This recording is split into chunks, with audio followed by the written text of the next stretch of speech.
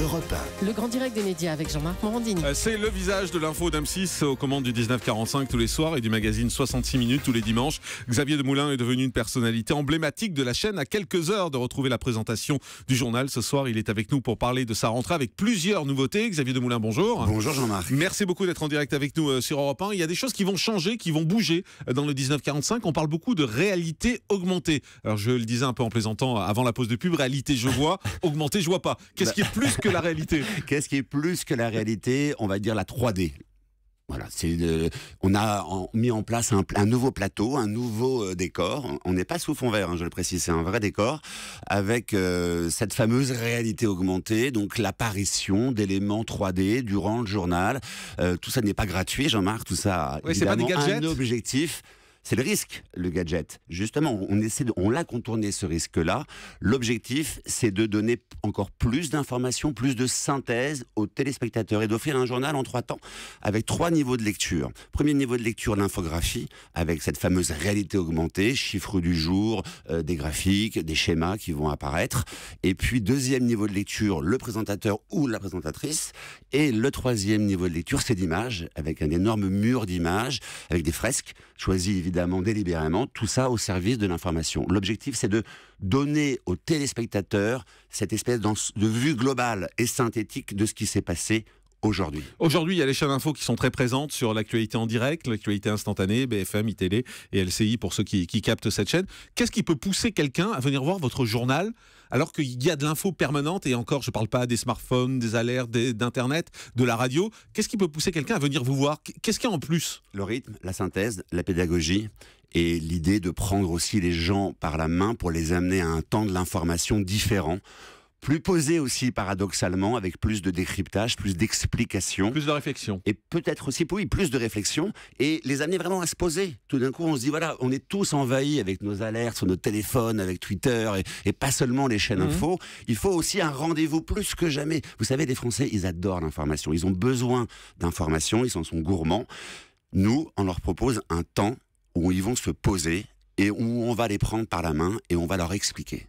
Est-ce que ça manque pas de signatures, au fond, le 1945 ? Ça veut dire quoi ? de gens qui sont emblématiques un peu, de spécialistes économiques, de spécialistes politiques, de chroniques, comme on peut en voir parfois aux 20h, où il y a des éditoriaux dans les 20h de TF1 et France 2. Le principe de la rédaction, c'est que c'est une rédaction transversale.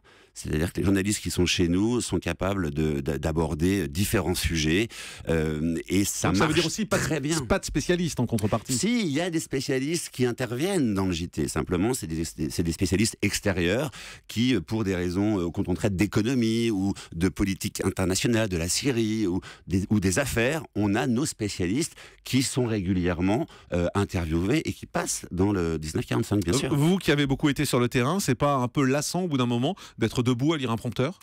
C'est absolument pas lassant de prendre les gens par la main et de leur parler pour leur expliquer le monde passionnant et aussi terrorisant dans lequel nous vivons aujourd'hui, Jean-Marc. Oui, mais on est quand même debout à lire un Et prompteur. alors, il y en a qui sont assis, qui lisent un prompteur. Et demandez alors si c'est lassant. Non, c'est pas lassant. Je leur pose la même question. C'est vraiment passionnant parce que vous avez un travail d'écriture, vous avez un travail de mise en perspective, vous avez un travail de hiérarchisation de l'information. C'est un autre métier. C'est vrai que c'est pas le terrain. Le terrain, je l'ai fait. Aujourd'hui, je suis sur mon plateau et il y a cette rédaction magnifique avec laquelle je travaille qui... J'incarne leur travail aussi, donc je suis pas tout seul, c'est pas seulement le 1945 de Xavier Demoulin, c'est le journal de la rédaction, c'est ce que je dis tous les soirs d'ailleurs, c'est ça que je sers, et moi je suis à ce service-là aujourd'hui. Vous intervenez à quel niveau dans le journal ? Est-ce que vous avez par exemple votre mot à dire sur l'ordre des sujets, sur l'axe de tel ou tel sujet, ou alors simplement vous êtes la vitrine ? À votre avis ? Je suis rédacteur en chef adjoint de mon journal, et évidemment que j'ai mon mot à dire sur la hiérarchisation de l'information, sur le choix des sujets, et que ce rôle-là, j'y tiens.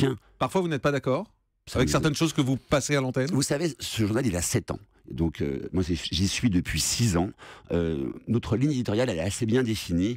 C'est quoi ? Entre mes rédacteurs en chef, le directeur de l'information Stéphane Gendarme et toute la rédaction, il n'y a pas grand-chose qui nous oppose. Il peut y avoir des réflexions, des interrogations, des mises en perspective mutuelles, mais il n'y a pas de clash, il n'y a pas d'opposition aujourd'hui. On est vraiment unifiés vers un seul et même projet et un seul et même objectif, délivrer la meilleure information possible aux gens qui nous regardent. Vous dites que la ligne éditoriale est claire. C'est quoi la ligne éditoriale? La proximité? Journal d'information national qui privilégie effectivement la proximité avec vocation de parler au plus grand nombre en abordant des sujets de la vie quotidienne.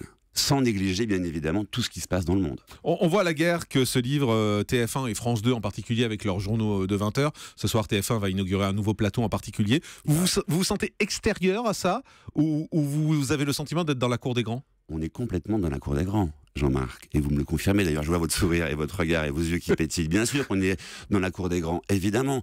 Et j'en veux pour preuve qu'à 7 ans, c'est l'âge de raison. Et que si on avait dû se restreindre... Faites gaffe qu'il y a l'adolescence qui arrive. Hein. Un rôle mineur, on serait plus là aujourd'hui pour se parler. Donc oui, nous sommes dans la cour des grands. Et vous avez les moyens d'être dans la cour des grands? Bien sûr. Les moyens techniques, les moyens humains, les moyens de faire des directs? Vous verrez un peu les moyens qu'on a. Et on a les moyens techniques, on a cette rédaction portée aussi par cette formidable énergie qui fait que personne ne compte ses heures et son envie d'être là. Et ça compte énormément. Parce qu'avant d'être technologique, le pari de l'information sur M6, il est humain. Il est avec tous ceux qui fabriquent. Les équipes techniques, elles ont bossé tout l'été pour arriver à faire ce que vous allez voir ce soir. Elles ont fait un travail formidable, il faut le saluer.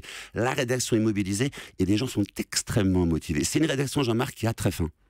Vous présentez également 66 minutes le dimanche à partir de 17h20 sur M6. C'est le 7 à 8 d'M6? On peut dire ça, c'est en face de 7 à 8, si ça vous fait marrer cette formule, je sens que ça vous fait plaisir.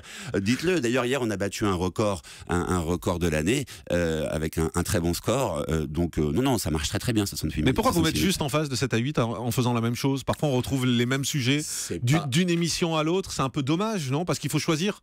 Écoutez, à ce moment-là, il faut appeler Nicolas de Taverneau et Thomas Valentin pour Non mais vous, votre avis, c'est pas dommage? Mais non, mais c'est stimulant, c'est bien d'être aussi en frontal avec les autres. Et puis, on n'a pas toujours les mêmes sujets, c'est pas vrai. Non, souvent, pas toujours, mais ça arrive. Souvent, nos sujets sont repris quelques semaines après par TF1. Vous voulez dire qu'ils vous copient? Ça arrive. 7 à 8 vous copient? Ça arrive. Vous êtes sûr que c'est pas l'inverse? Non, regardez les conducteurs. Hein, ça arrive aussi dans l'autre sens, non? Ça peut arriver aussi, bien sûr, mais je veux dire par là que c'est pas le même traitement. Et voilà, à chacun ses sujets. On a mis en place le grand format, comme par hasard, ils ont rallongé avec 7 à 8 live. Donc voilà, oui, ils nous ont aussi copié, voilà, faut le dire. Aujourd'hui, on a le sentiment que l'info d'M6 tient bien. Il y a quelques difficultés sur certains programmes. On le voit en particulier en prime, mais l'info d'M6 tient bien. Comment vous l'expliquez? C'est la preuve que nous sommes rentrés dans la cour des grands. Voilà comment je l'explique. Et je l'explique parce qu'il y a une manière de fabriquer cette information-là qui parle aux gens. Et c'est devenu un vrai rendez-vous. Et aujourd'hui, cette information-là, elle a une vraie valeur. Elle a une vraie valeur, non seulement sur le fond, mais aussi sur la forme. Et elle est suivie, elle est fédératrice et elle rassemble. Vous passez quand sur TF1 ou sur France 2 pour gagner plus d'argent et présenter un 20h? Je suis très très bien là où je suis, Jean-Marc. J'aime bien que vous me posez cette question parce qu'à chaque fois que je vous vois, vous me la posez. Bah oui, parce que je vous dis que ça va arriver. Il y a un moment où ça va arriver. Et là, c'est ma rentrée sur M6. Enfin. Il y a un moment où ça va arriver. Pour l'instant, c'est ma rentrée sur M6 et j'en suis très heureux et je suis extrêmement fier et motivé d'incarner le travail, une fois de plus, de cette rédaction. Ça vous fait envie le 20h? Et je le fais, la preuve. Vous le faites, vous faites un 1945.